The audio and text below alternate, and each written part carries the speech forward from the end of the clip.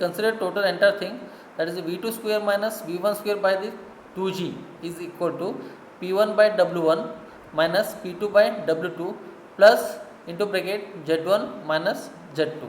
So this is what if venturimeter is horizontal.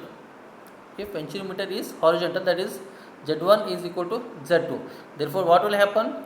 V2 square minus V1 square divided by 2G is equal to P1 by W1 minus P2 by W2 when if the venturimeter is horizontal, that is Z1 is equal to Z2.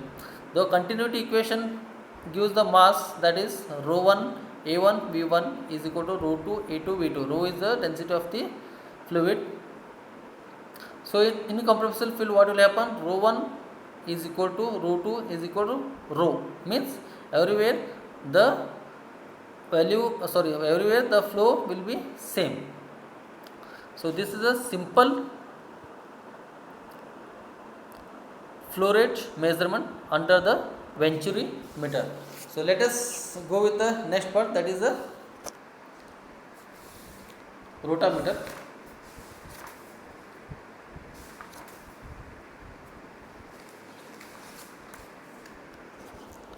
Let us start with the next part, rotameter.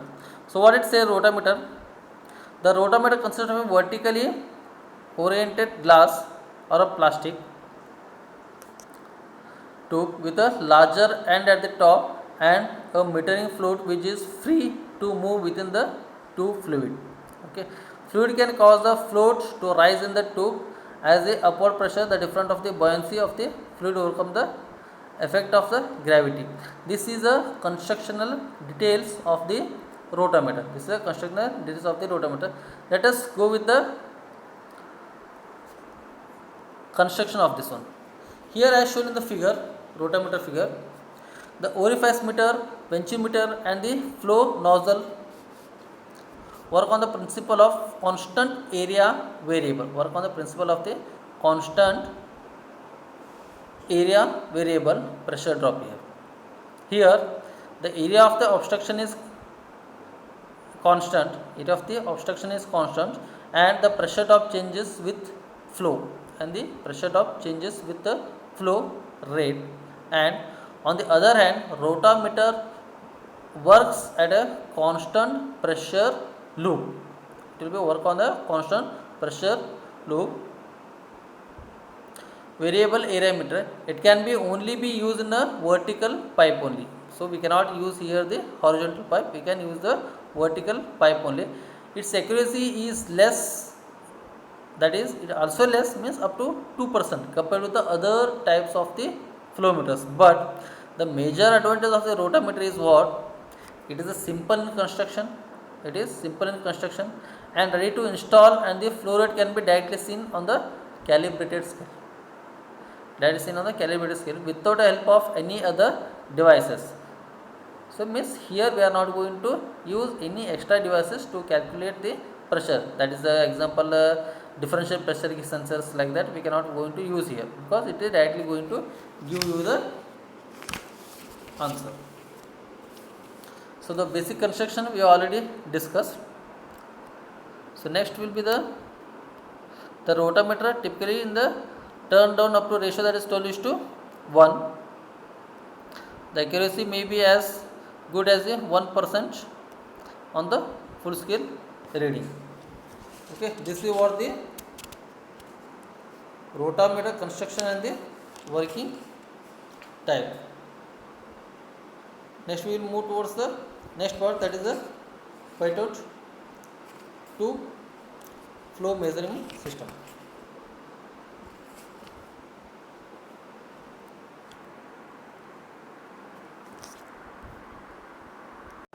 Okay, so pitot tube here as shown in the figure. So first we will see some of the theory part of this one.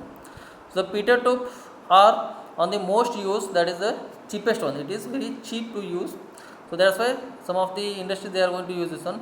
Ways of measuring fluid flow, especially in air applications like ventilations and HVAC systems, they are going to use a pitot tube measuring instrument. Even used in the aeroplanes for speed measurement also. In the aeroplanes also it is going to use for the speed measurement.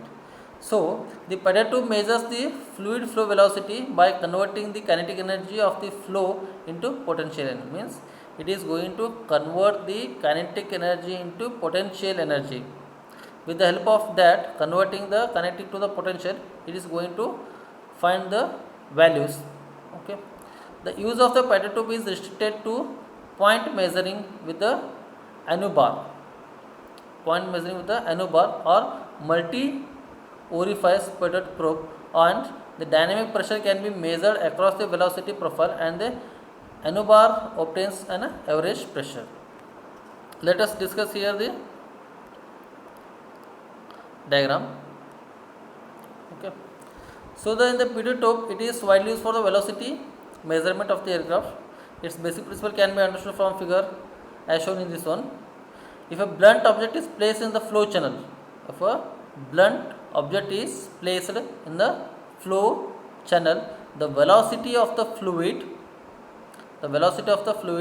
at the point just before it will be 0. Are we getting a point? Means if a blunt object, if any of the object we are going to place in the flow channel, the velocity of the fluid at the point just before it will become 0, then consider the fluid to be incompressible from equations. So what are the equations? I will tell you. So rho 1 by gamma plus v1 square by 2g is equal to p2 by gamma plus v2 square by rho g. So now here we are not going to take the v2, that the v2 will be here 0.